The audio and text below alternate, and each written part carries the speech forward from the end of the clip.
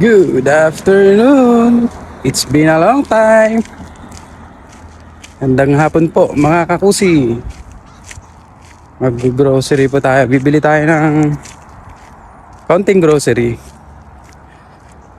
Medyo ubos na yung ating chicha sa ating room. Kaya bili muna tayo. Pupunta tayo sa Value Mart, yung pinakamalapit na grocery dito sa town. Ang cute ng mga bahay dito.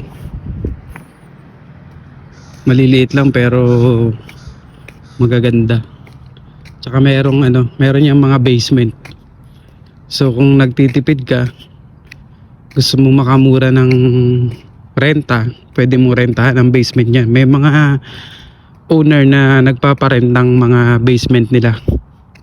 So karamihan sa mga nagtitipid sa basement nagre-rent.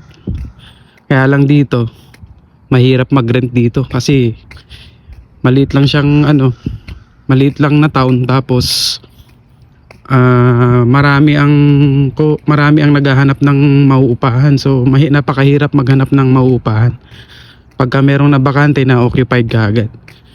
Kaya hanggang ngayon nasa hotel pa rin tayo, wala tayong makuhang apartment or house or room for rent. Kaya ngayon naghahanap pa rin tayo.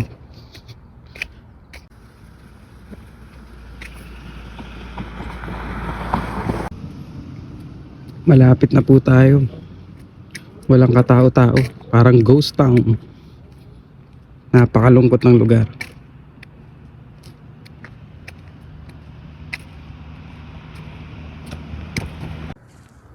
Malapit na tayo.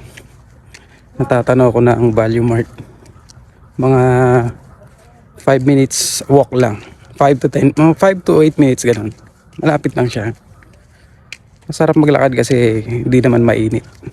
Medyo presko ang hangin, kaya hindi nakakainip maglakad. Masarap maglakad. So ayun po yung Value Mart na pupuntahan natin. Tuturo ko sa inyo. Yun. Doon po tayo pupunta. Yung Value Mart na yun. May dumaan din na kotse.